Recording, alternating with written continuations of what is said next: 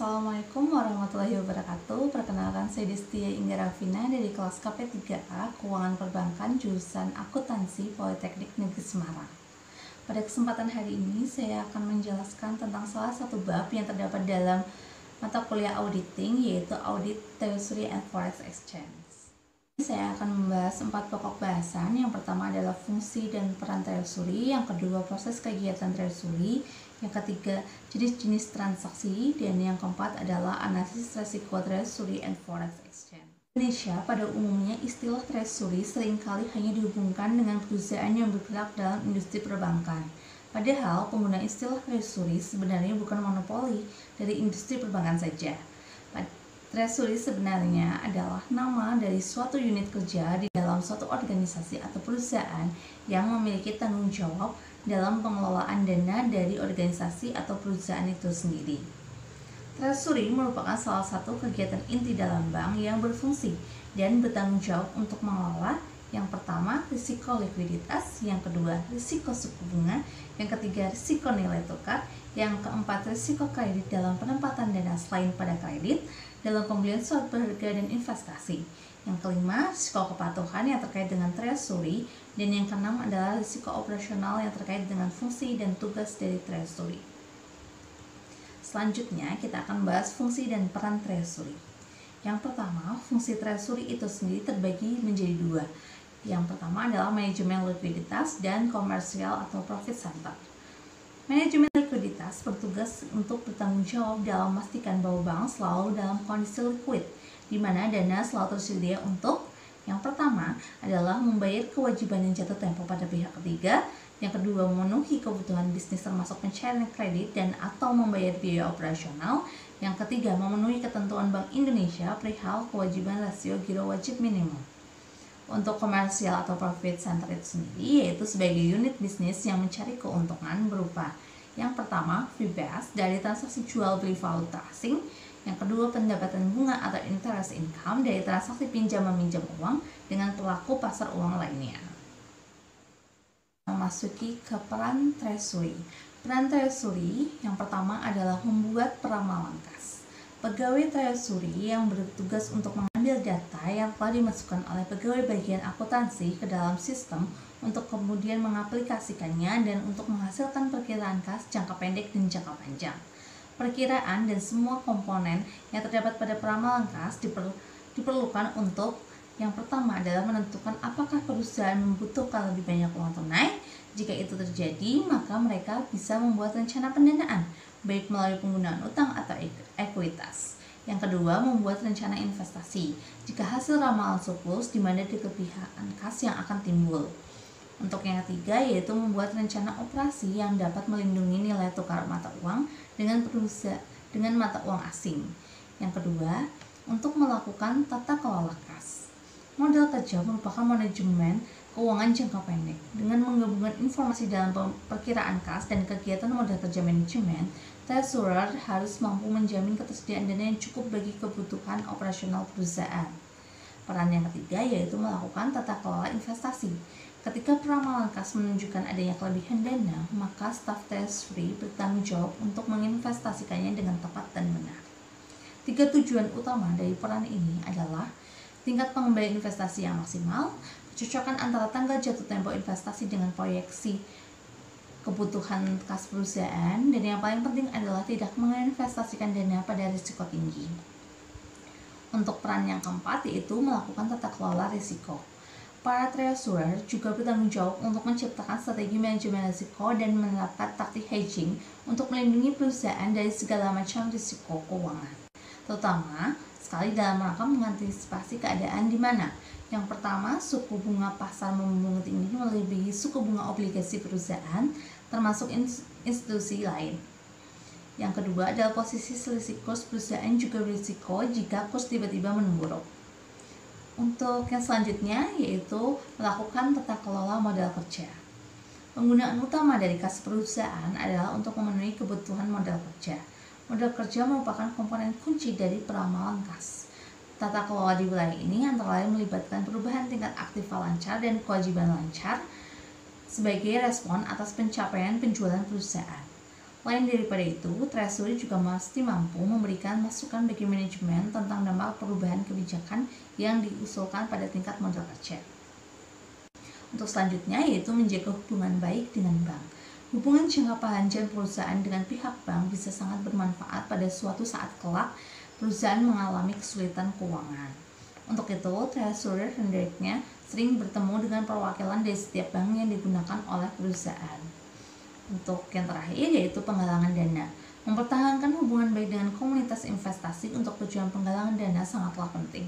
Mulai dari para broker dan bankir investasi yang menjual utang perusahaan dan mengelola penawaran ekuitas, sampai dengan para investor, dana pensiun, dan sumber-sumber kas lainnya yang suatu saat tertentu mungkin dapat membeli uang, utang, atau ekuitas perusahaan. Masuki proses kegiatan Treasury. Proses kegiatan Treasury atau dealing room. Tugas Treasury Management, khususnya dalam dunia perbankan, selalu dilengkapi dengan kelompok dealer sebagai unjuk tombaknya dalam suatu ruangan yang biasa disebut dengan dealing room. Jadi dealing room itu suatu ruangan yang dilengkapi dengan segala instrumen yang diperlukan untuk memperoleh informasi keuangan seperti monitor, screen reader atau telerat dari seluruh penjuru dunia. Proses dealing room ini terdapat 5 tahapan. Yang pertama adalah transaksi dengan pihak lawan atau counterparty seperti Bank Sentral, Bank Indonesia, bank lain, lembaga keuangan bukan bank, perusahaan multinasional atau perusahaan besar, dan broker komunikasi biasanya dilakukan melalui telepon, surat, fax-mail, ataupun online dengan menggunakan suatu sistem seperti router management dealing system. Selanjutnya, transaksi tersebut dilakukan secara sistem atau secara manual melalui slip dealing. Kemudian, berdasarkan sistem tersebut atau slip dealing tersebut, maka unit treasury operation melakukan validasi, konfirmasi sebelum dilakukan pembayaran sekaligus pembukuan. Biasanya itu secara sistem. Dan selanjutnya, unit treasury operation kemudian melakukan konsiliasi antara pembukuan dan realisasi pembayaran atau penerimaan pembayaran. Dan yang terakhir adalah pelaporan sesuai dengan sistem. Jelaskan tentang forex exchange, yaitu suatu mekanisme di mana orang dapat mentransfer daya beli antar negara, memperoleh atau menyediakan kredit untuk transaksi perdagangan internasional, dan meminimalkan kemungkinan risiko kerugian akibat terjadinya fluktuasi kurs suatu mata uang. Di sini terdapat 5 jenis-jenis transaksi. Yang pertama ada transaksi spot tunai, transaksi spot transfers, yang ketiga transaksi forward, yang keempat transaksi swap, dan yang kelima adalah transaksi option. Kan 5 transaksi tersebut. Yang pertama adalah transaksi spot tunai. Transaksi forex exchange atau forex yang dilakukan dengan saling menukarkan valuta asing atau banknot yang dimilikinya. Yang kedua, transaksi spot transfers. Pada jenis transaksi forex ini dilakukan menggunakan jenis valuta asing non-fisik. Selain itu, penyerahan uang mata asingnya dipertukarkan juga tidak dilakukan secara segera karena membutuhkan waktu untuk menyelesaikan proses transfer antar bank. Yang pertama ada spot, yaitu merupakan transaksi spot normal dengan penyerahan 2 hari kerja setelah tanggal transaksi. Yang kedua ada TOM, yaitu singkatan dari tomorrow, yaitu adalah transaksi spot dengan penyerahan pada hari kerja berikutnya setelah kontrak transaksi, yaitu one day settlement. Yang ketiga ada today, yaitu apabila penyerahan dilakukan pada hari kerja yang sama dengan tanggal transaksi. Untuk selanjutnya transaksi forward, yaitu perjanjian atau kontrak untuk melakukan transaksi valuta asing dengan kurs dan jumlah yang disepakati pada awal transaksi, dan penyerahan dananya dilakukan kemudian minimal setelah 2 hari dari tanggal transaksi. Untuk yang keempat itu transaksi swap, yaitu kontrak forex gabungan antara transaksi spot dan forward yang dilakukan pada tanggal transaksi yang sama namun tanggal jatuh tempo berbeda. Yang kelima atau yang terakhir adalah transaksi option. Transaksi yang berdasarkan kontrak perjanjian untuk memberikan hak tanpa kewajiban kepada pembeli option untuk melakukan pembelian atau penjualan sejumlah nominal suatu valuta asing dengan harga tertentu atau strike price, serta waktu tertentu di mana yang akan datang selama periode perjanjian kontrak yang disepakati. Di sini ada 2 macam transaksi option, yaitu call option dan put option. Call option adalah hak untuk membeli suatu valuta asing, sedangkan put option adalah hak untuk menjual suatu falas tertentu dalam kontrak option. akan menjelaskan tentang pengelolaan risiko pada treasury. Pengelolaan risiko pada treasury dilakukan dengan tetap memperhatikan aspek-aspek risiko secara keseluruhan. Metode analisis yang dilakukan adalah dengan menggunakan metode self-assessment, yakni dengan proses sebagai berikut. Yang pertama yaitu mengidentifikasikan ancaman atau potensi peristiwa risiko pada setiap rancangan kebijakan, sistem, dan prosedur yang ada. Yang kedua, menilai implikasi atau dampak yang ditimbulkan akibat terjadinya suatu peristiwa yang dapat menimbulkan kerugian bagi bank. Peristiwa risiko dari setiap ancaman atau potensi peristiwa risiko yang teridentifikasi. Yang ketiga, menentukan wujud pengendalian yang dibutuhkan atas setiap ancaman atau potensi peristiwa risiko yang teridentifikasi. Dan yang terakhir adalah mengidentifikasi ketersediaan pengendalian tersedia yang telah ada maupun yang direncanakan atas setiap ancaman atau potensi peristiwa risiko. Saya akan menjelaskan tentang risiko treasury. Adapun risiko yang akan dihadapi dalam transaksi treasury sebagai berikut. Yang pertama, risiko suku bunga, yaitu risiko yang muncul karena adanya perubahan dalam tingkat bunga yang berlaku di pasar. Risiko tingkat bunga ini merupakan risiko utama yang tidak dapat dihindari, sebab tingkat bunga ini memiliki pengaruh yang sama terhadap seluruh surat berharga yang ada. Yang kedua, risiko pasar, yaitu risiko yang muncul yang diakibatkan adanya kondisi perekonomian negara yang berubah-ubah dipengaruhi oleh resesi dan kondisi perekonomian lain. Yang ketiga, ada risiko inflasi, yaitu risiko yang muncul akibat kenaikan harga-harga secara umum. Yang keempat, ada risiko operasional, yaitu risiko yang muncul yang diakibatkan karena adanya kesalahan, penyelewengan, serta ketidakpatuhan terhadap ketentuan yang berlaku.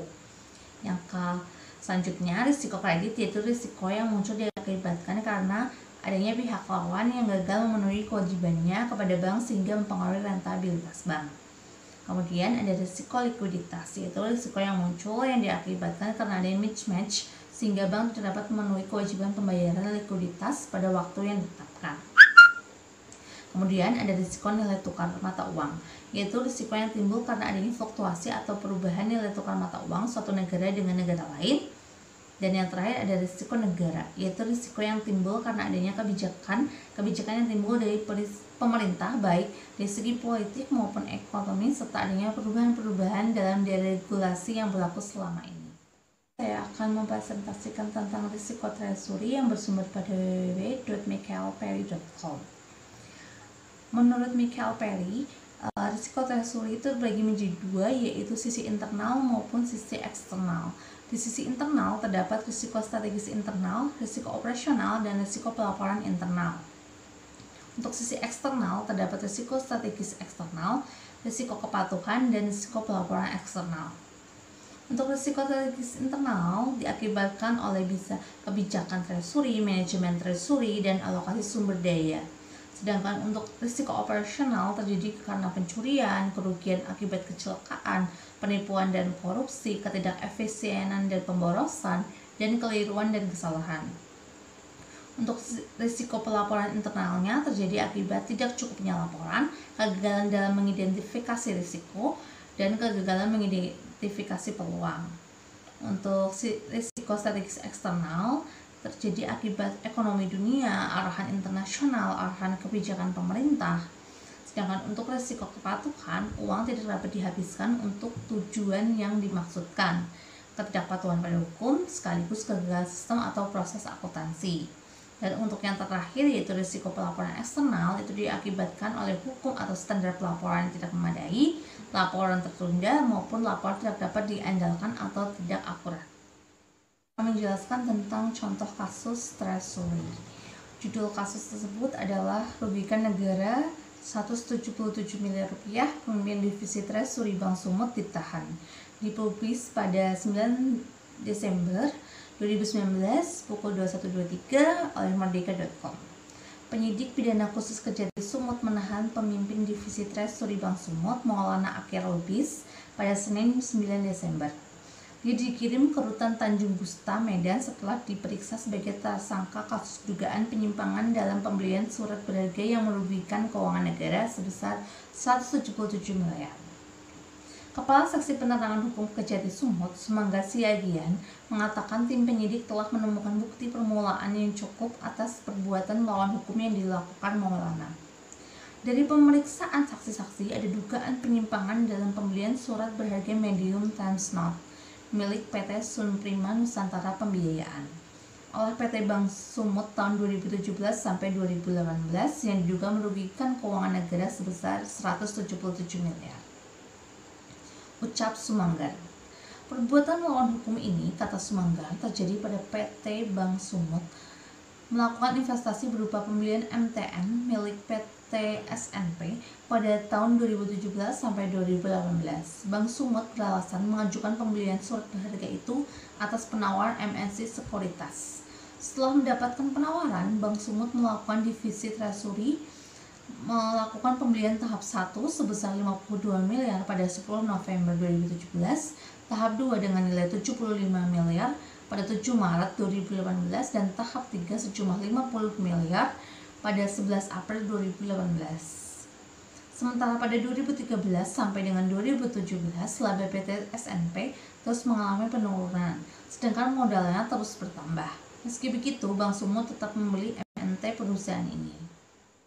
Contoh tersebut adalah kegiatan treasury maupun investasi dalam bentuk efek-efek dan pasar uang maupun penyertaan pada lembaga keuangan lainnya, penyediaan dana, kegiatan pendanaan dan penerbitan surat utang, serta kegiatan pembiayaan perdagangan sangat riskan untuk terjadi penyimpangan. Untuk itu, bank harus dan selalu yang pertama, melakukan identifikasi risiko treasury yang berasal dari transaksi dan portofolio bank pada efek-efek serta pemantauan dari waktu ke waktu. Yang kedua, menggunakan sistem yang terstandarisasi sehingga seluruh transaksi dapat dilacak dan memudahkan perbankan dalam memenuhi application terhadap persyaratan.